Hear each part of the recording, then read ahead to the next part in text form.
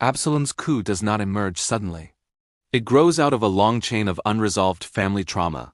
Absalom murders his half-brother Amnon for assaulting his sister Tamar, then lives in exile for 3 years. David eventually allows him to return to Jerusalem, but refuses to see him for 2 more years. This prolonged estrangement breeds resentment and ambition in Absalom. Once restored to court, Absalom begins quietly building a political base. He stations himself at the city gate, intercepting those seeking justice from the king, and subtly undermines David's credibility. Over time, he wins the hearts of many Israelites. Absalom launches his rebellion from Hebron, declaring himself king. His strategy is swift and calculated. He gathers supporters under the guise of a religious sacrifice. He sends messengers throughout Israel to proclaim his kingship. His growing popularity forces David into a painful decision: stay and risk civil war in Jerusalem, or flee to spare the city.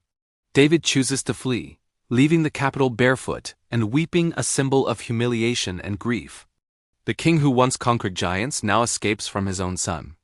A deeper wound, the betrayal intensifies when Ahithophel, one of David's most trusted counselors, joins Absalom.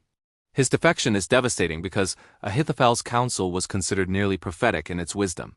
His support gives Absalom political legitimacy and strategic advantage. Some scholars note that Ahithophel may have had personal motives. He was likely Bathsheba's grandfather, which means David's sin against her family may have fueled his bitterness. Whether or not this is the case, his betrayal cuts deeply into David's inner circle. The shadow of David's earlier sins, the rebellion, is not portrayed as random misfortune. Scripture frames it as part of the consequences. Nathan prophesied after David's sin with Bathsheba and Uriah. Nathan warned that the sword shall never depart from your house. He foretold that God would raise up evil from within David's own household. Absalom's uprising becomes the fulfillment of this judgment. David's moral failure fractures his family, weakens his authority, and creates the conditions for internal revolt. The narrative emphasizes that even forgiven sin can leave lasting scars. David's loyalists regroup across the Jordan and a civil war erupts. Despite Absalom's numerical advantage, David's forces prevail. The battle ends with Absalom's death, caught by his hair in a tree and struck down by Joab, despite David's explicit command to spare him. David's reaction is one of the most heart-rending moments in Scripture.